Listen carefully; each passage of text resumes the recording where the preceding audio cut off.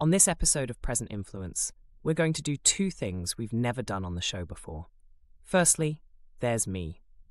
Allow me to introduce myself. My name is Imogen, and I am an AI avatar and a new feature on Descript's editing platform.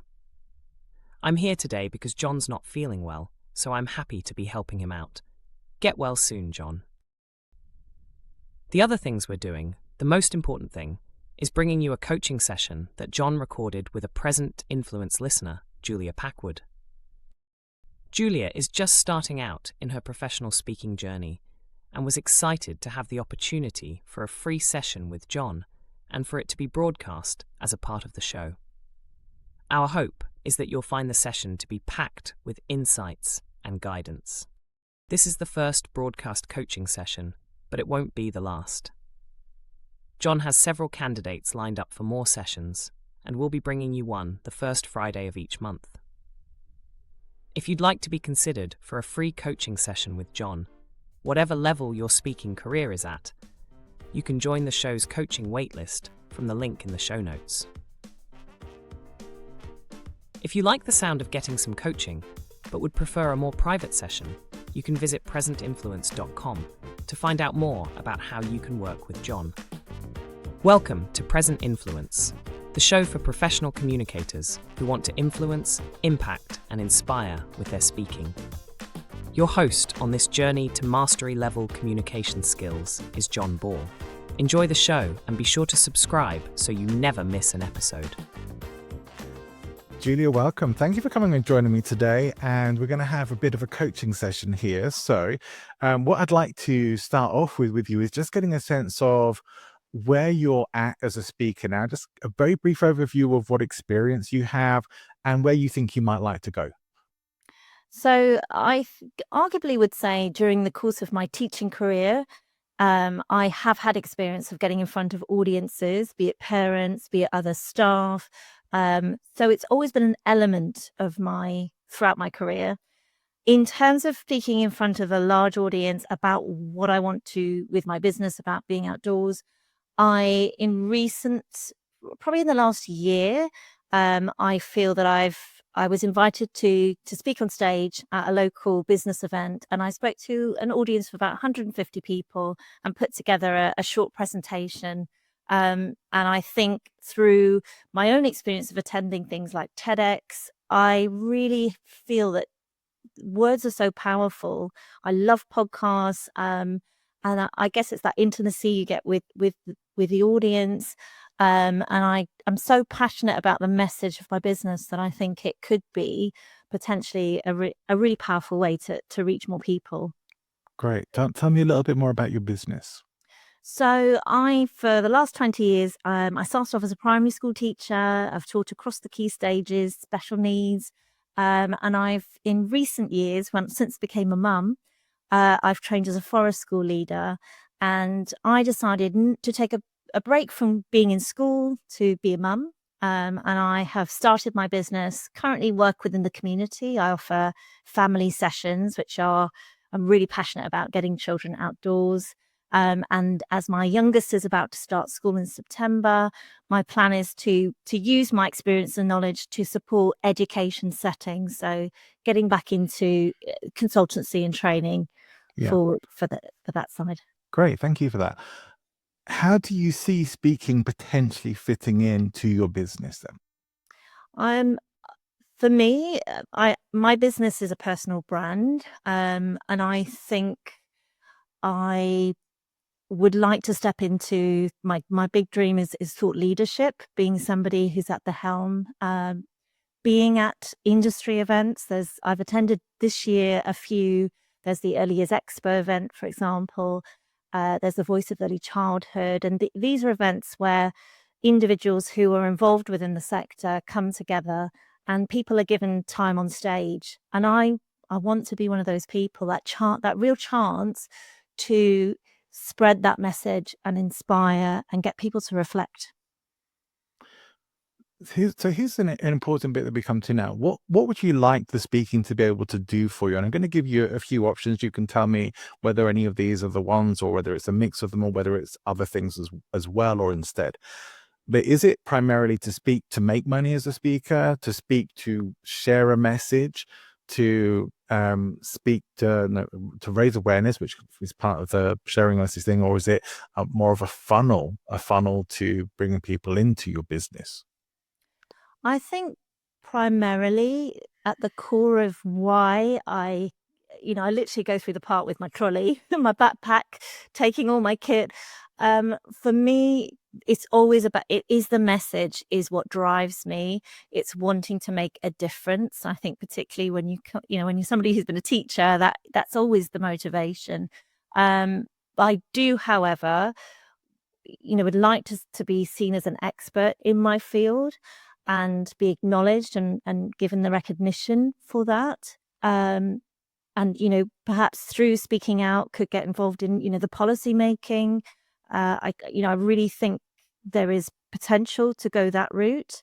Yeah. But I also, through the fact that the reality of me running my community groups and sessions out in local parks is it's seasonal work. It's challenging to convince people to come out all weathers.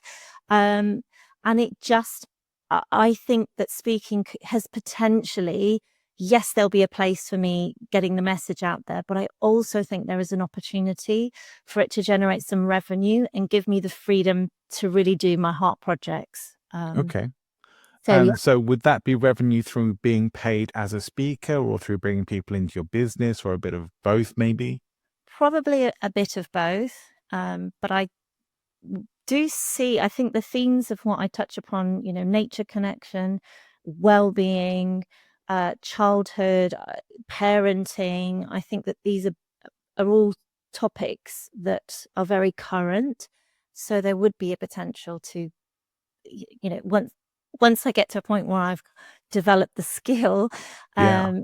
is to be a keynote speaker. I enjoy doing it. I don't know Yeah. how to describe it. How much speaking do you think you would like to be doing on a, let's say, a monthly basis?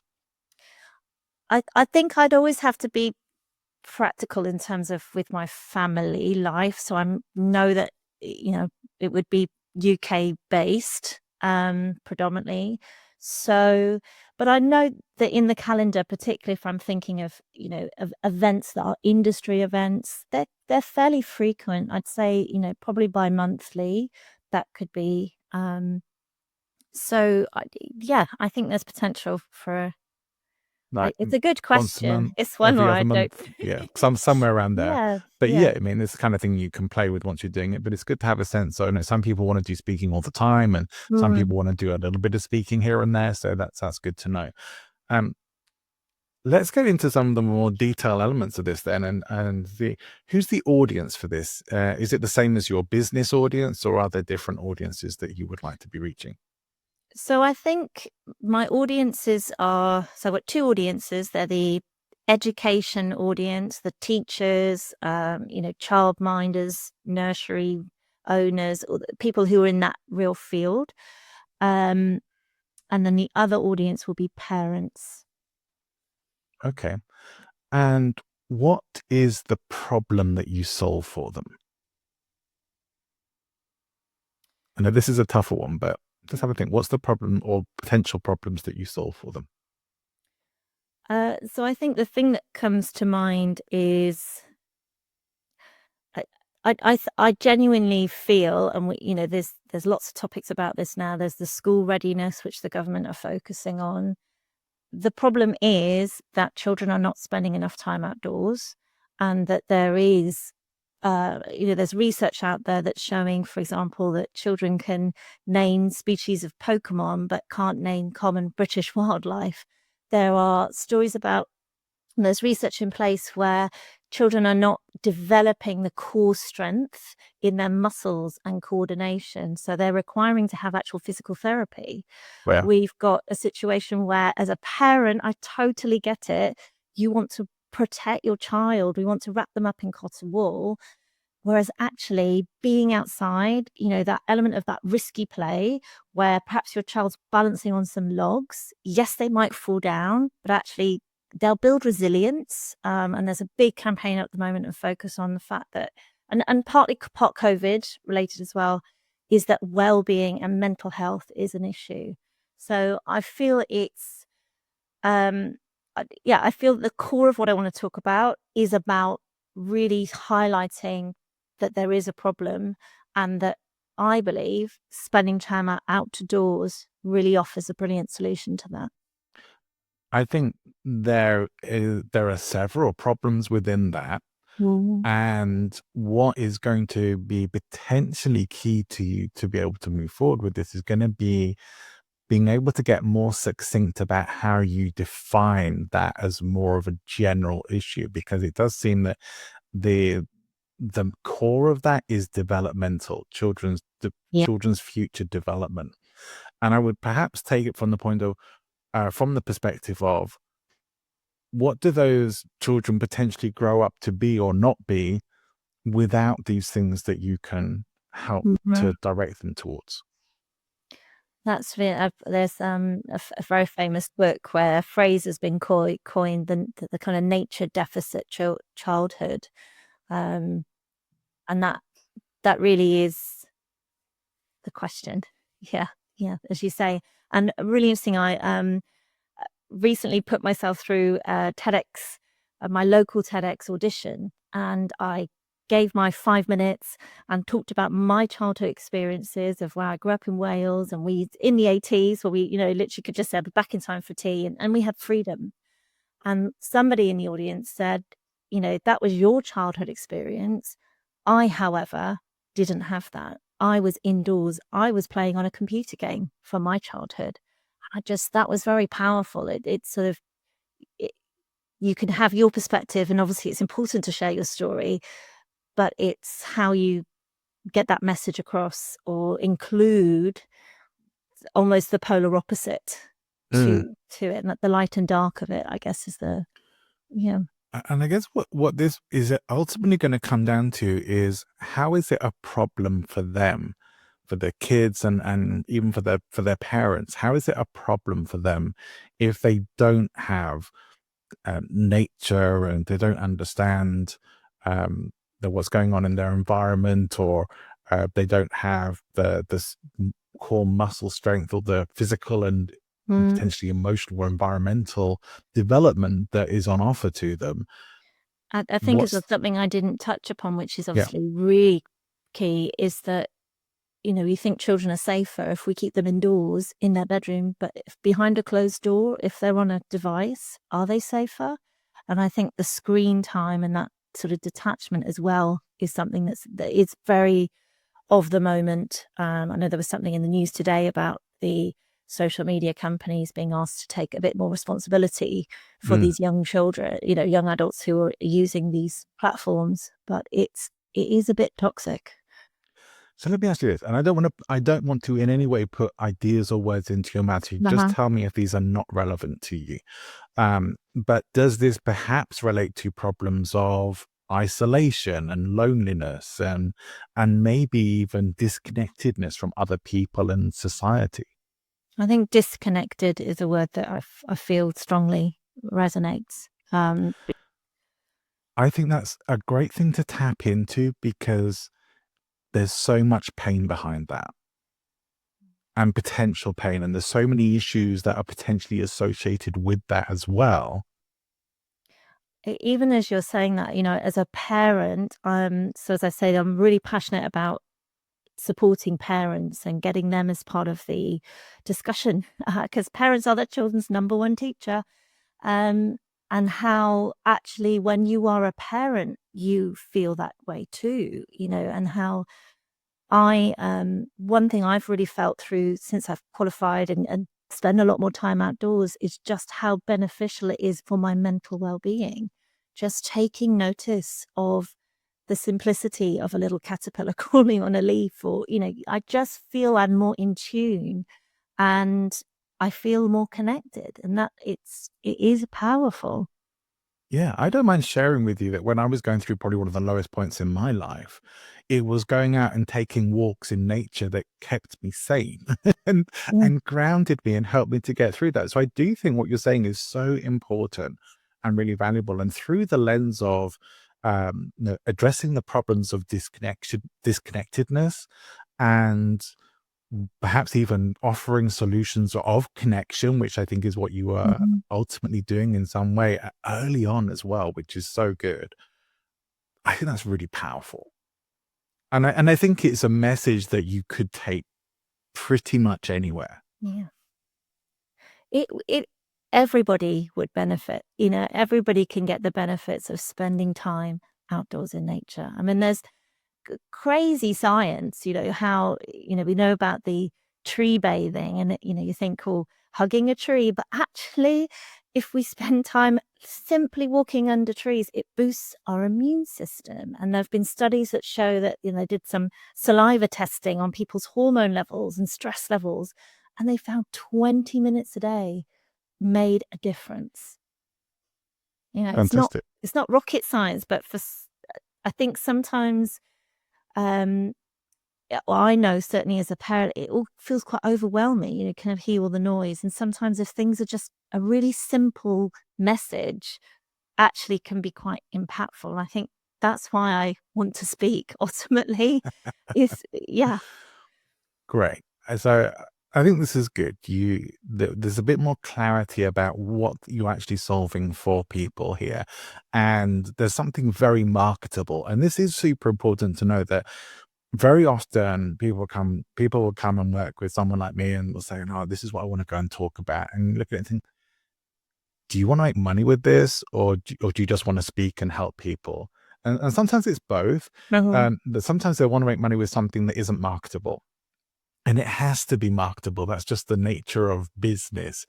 And it's only really going to be marketable if you are solving a painful problem for people. We can sell nice stuff, but even motivational or inspirational speakers are solving a problem. Mhm. One of low motivation, or people feeling uninspired. Those are big issues for people. So we can't say they're not solving a problem, even though it sounds like what we talk, but just because what we call them doesn't sound like they're problem solvers, but they are. Um, this is always going to be the difference, like especially if you're looking for paid speaking work. Of if you are just a nice to have speaker, it's going to be so easy to choose someone who is a need to have speaker over you. Mhm. And so, okay, well, that's nice what you talk about, but we don't need it. It's Yeah. like we could live without it. But if they need what you're offering, or if they say, we recognize there's pain there and this is really important for us to address, Mhm. that's going to get you more bookings. It's an easier yes to you. Yeah. And given I think there's a huge awareness, particularly in the UK right now, of the mental health crisis that Mhm. people are in right now. Yeah. So it's very topical right now to be addressing those issues. And I think even in corporates, you would encounter people who are very well aware that these are things that are going on for people, and they want to address them in very careful ways. So I think you have a lot of options for where you could go with this. And it might be that you decide, well, where do I want to take this most that's going to actually, maybe make me the income that I would like to make as a speaker, and um, get me the results and the business that I would like. I think what I would like to do is have there was a time when I really did stop, pause, and think, do I want to be a not for profit, or do I want to be a profitable business? And I feel like because I live and breathe and want to pour myself into it, I just don't believe just because you want to do good that you can't make money. I don't think that is the right how the world should work. Yeah. Um, and I think we need to value, and if people are giving their time and they have experience, that should be valued and therefore should be paid. Yeah. That agree is a belief of mine.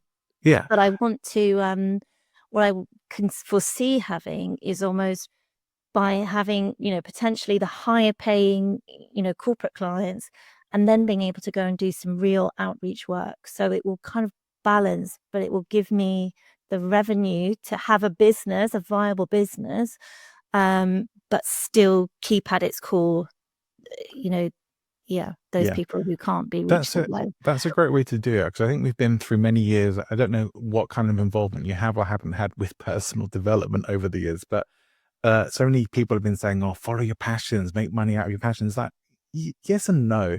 Like, yeah, your passions are great, but it's not Mhm. always going to be the most profitable thing. I worked with someone who wanted to particularly speak to veterans, people who had been served in the militaries of the UK, and that in the US there are organizations and funding that help them, but even then it's low, and in the UK even less. And it's like, well, you can do that, but are you going to make money from it? But can you still do something that's going to make you money and do that as something that's going to fulfill that part of you that wants to be able to help those people? I think that's a good way to think about it. And if it's kind of the same sort of thing that you're taking, like you can deliver for free or you can deliver for money, depending on who that's going to be to, that's great. And it also, for you, I think it's good that people get a sense, especially in the speaking world, that you're not all just about the money, that you have a mission, that you care, and that you are helping people as well. So I think, we live in a very low trust, cynical world at the moment. Those kinds of, when people can see those kinds of things about you, it's like, all right, we know you're a good person. So there's people start to trust what you say more.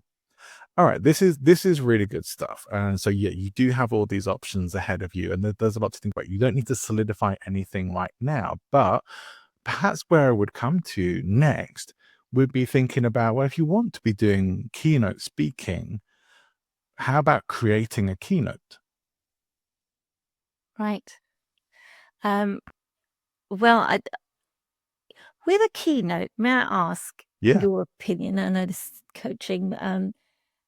Is a keynote something that is a bit more standalone to a more general audience? Or, for example, I can imagine that there would be potential where I could go and be a speaker in front of, an education event, particularly to teachers, talking about my niche of outdoor education or phonics outside or maths outside, and kind of having a talk around that.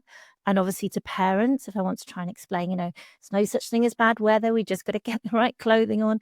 I could see that having quite a defined topic, whereas I get the sense, and I completely agree with you, we know that the wellbeing industry is a big one, and it's a really important one, that's probably more what the keynote is going to be based potentially around. Or is that, I guess, is it because it's more general audience, a keynote? Or are you asking, would they be the same keynote? Yeah. Possibly not. They wouldn't have to be, and it might not make sense for them to be. And it's actually good for you as a speaker to have more than one keynote. Right. It's probably not good to start, to create several at one time. It's like we'll create one at a time, but I think it's good to even start out with 2 possible keynotes.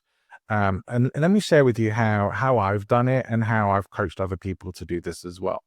That you probably want to start off really creating the keynote that you potentially want to get paid for. Okay.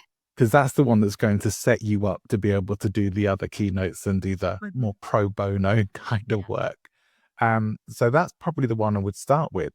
And then think about, well, you know what the problem is you're solving, and you know what you want to encourage people to do. So then it's goes, well, what would you title that for that audience that are going to pay you for this? And then you can start to build the keynote. Then you could certainly think about what the other keynote might be called and what you would want to go into that, but you don't need to create that just yet. But you could even have it on a website or somewhere available as this is a keynote that you offer before you've even created it. And so I'm, along with speaking, I feel writing is a real passion of mine. And so I'm behind the scenes, getting up at ridiculous o'clock because it's the only time I have, but I'm writing. And I have 2 books because I have 2 audiences. Obviously, I'm going to choose one. And as you quite rightly said, the first one will be the education audience one, because that just will make sense. But, something along the lines of kind of rewilding early childhood and that message. And I know myself as a teacher, and I was part of the Good Practice Network. I had outstanding practice. And yet, because I was in an urban setting for the school in inner London, not once did we think, let's bring some more nature in. Let's bring in some pine cones. It's autumn. I don't know why there was again, that disconnects word, but I just didn't think to look at it in that way. And I think that, the reality is, particularly in early settings or schools, you don't have woodlands galore. You don't, you have potential quite limited outdoor spaces. And so it's how you can, if you're a school, if you're a nursery owner, and it's not rocket science. You go to your local park, but for some reason I need to tell people to do that. Yeah. And maybe that's the point, is really, really kind of honing why it's so important. That's the key. Yes. Do you feel, is it going to make sense for you to have your talks very strongly related and connected with your books? Yes. Good. Yeah. Cool. So one of the things I think this is a huge advantage for you over many people, that you already have books and material to pull on, because you have a lot of knowledge in your area. You clearly have decided on that expertise. Lots of people become speakers without having those and create those later on. You have these as you get started. That's a huge advantage. And for being able to guide you in how you then go about creating a keynote talk that relates to that, and then potentially being able to sell your books at your events as well when you do go and speak, as another additional income source for you. So I think these are all really, really positive things. What is going to be important here, though, is also going to be what you call your first talk.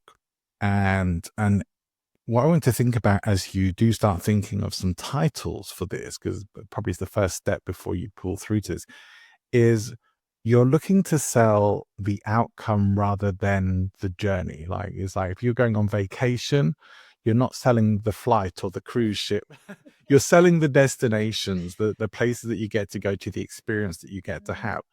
And so your talk title should do that as well. So just to be aware, like, if I'm a booker, and this is what the mindset you probably want to put yourself, if I'm booking someone to speak and I'm in the education space and I see a talk that's about rewilding childhood, but then I see another talk that's about creating physical and mental resilience in our children and our youth. Yeah. Does that make sense as to which is probably going to be more appealing? Yes. Yeah. So that's the way I want you to think about this. That's really interesting, because I, particularly with the parent side, I think in my head, I'm like, playful parenting outdoors. Yes, that's got a nice ring to it, but it doesn't necessarily capture. Yeah. It might be more a subtitle than than a main title. Yeah. Right. Good job. I haven't bought the domains yet. But I listen to, I've got into Audible books recently because as a busy mum, I find they're just brilliant to listen to. I'm like filling the dishwasher and things at home. And I listen to Blake Snyder's Save the Cat Scream, right? And it's exactly that, isn't it? It's about, at the end of the day, that's what we're drawn to, is what is the core of it, our ultimate, and I think it's that, that's really something to really think about, and deserves to be, not for me just to come up with something quickly. It deserves real thinking around. I agree. I mean, if you have some thoughts now, that's fine. But if you don't, go and work on this. But that's the mindset to take on this. Of, it's part of your marketing and your positioning, that people need to see clearly and probably right away that you are solving a painful problem for them. And this is also relates to that difference between nice to have and need to have. Like, having a more nature-filled childhood is a nice to have, it seems, although you see it as a need to have. But having more connected and resilient children, that's a need to have. That's not a nice to have. And so honestly, it shifts outdoors, it. like the outdoors offers it in abundance. Like when you really truly think about it, even the thing of, oh, I got stung by a stinging nettle, or, you're climbing a tree and you think, oh, I can't do it. And then that it just is full of real challenge moments alongside those cute, wonderful moments. And that's the beauty of the outdoors, is that it's very hard to sell the how on anything. Like, how do we get you to this result? is almost impossible to sell because nobody really wants to know about the work or what they're going to have to do to Flight get there. itinerary. Right. It's like Well, if you were selling if you were talking about health and weight loss, and it's on my mind because I've got then a podcast recording later with someone who does talk about that. You don't want to try and market that and saying, all right, well, we're going to have to restrict your eating and we're going to have to make sure you start going to exercise all this time. Who's going to buy that? But you you'll show feel this image miserable. of get your body fat under to this percentage, or build your muscle to this level, and sort of show some outcomes for people. That's what they will buy. And I'm thinking about the parenting, and I work with a colleague of mine who we used to teach together years ago, and we collaborate. We do this Mindful Mondays group, like local, and we're based at local charity gardens. And what she talks a lot about, which I really believe, is, it's not about playful parenting. It's the fact that actually you form positive bonds and connection with your children. It's the attachment. And that's what it's about. Yeah. Sorry, I just had a moment then. That's Just great. like, I'm really glad that you did. That's yeah. fantastic. That's the whole point of having a call like this. And next steps beyond this, which we're not going to get to now, but next steps will be start putting this into a framework for you, and then structuring that into a talk in a way that's going to make sense.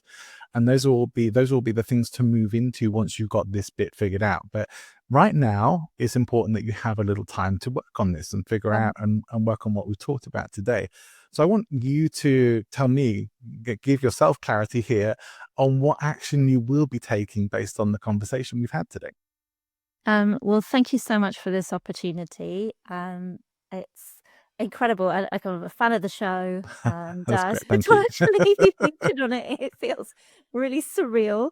And I think what this shows me, which is, I have a belief that the message I have is important and, should be heard. And I believe that I've got potential in my path to become a speaker. So to hear, you feed back to me that, there's something here that's, could appeal and actually has big scope. Because that's ultimately, it's about, the core is about the message. And then it's also, as you say, is this going to work for my business? Because the reality is it's going to take time and energy and dedication and commitment. And, that's the work. Well, the good thing about creating a talk is once you've created it, you've done that work, and it becomes more residual income for you. Not you still have to go and deliver, but Yeah. the creation elements of it, like creating your book, the work's done then at that point. And yeah, you can better than a book, you can keep editing and adjusting it as you go along. And I So hadn't considered this, I'm learning about kind of strategy in business, that actually it's two-way, that actually you can go on the stage, but also can sell the book. And then who knows what that might lead to. It might lead to more work. It might lead to to more opportunities. But I think the big takeaway for me is to really nail down the problem I solve and how to, come up with the names of those talks. I think you're most of the way there already just from today. But I will definitely be looking to get an update from you as to where you need to with that and what you settle on as a title for your first keynote. But thank you for agreeing to come on the show. You're a testament to something that I like to do as well, which is raise my hand when there's something going on. It's like, oh, I think I'd like to do that. Just put your hand up, even if you're not sure about it. Just go for it anyway, and good things tend to come from that, of just putting ourselves forward. So I'm really glad you did, Julia, and you've been a delight to connect with today as well. Oh, thank you so much, Jordan. I shall continue to listen and learn more tips. I'm super moving happy forward. about that. All right, I'm going to start the recording, but please stay on the line just for a few minutes for me. So what do you think? Did you get some good insights from John's session with Julia? One highlight for me is getting to see things click into place when speakers realize they need to sell what people want and need. We have to sell the destination, not the journey. Would you like to get some coaching on the show with John? Go to the episode show notes or YouTube description, and you'll find the link to join the waitlist. If you don't want to wait, go to presentinfluence.com and find out more about working with John. You can also book him to deliver a keynote for your company or organization. John will be back next week to chat with mentalist Keith Kong, winner of Penn & Teller's TV show Fool Me. Keith shares some insights into the dark secrets of mentalism and how he keeps audiences engaged and entertained in his live shows.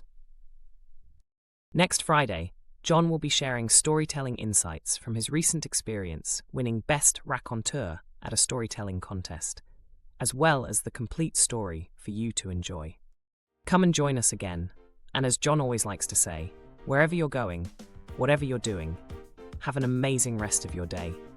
We'll see you next time, and thank you for tuning in.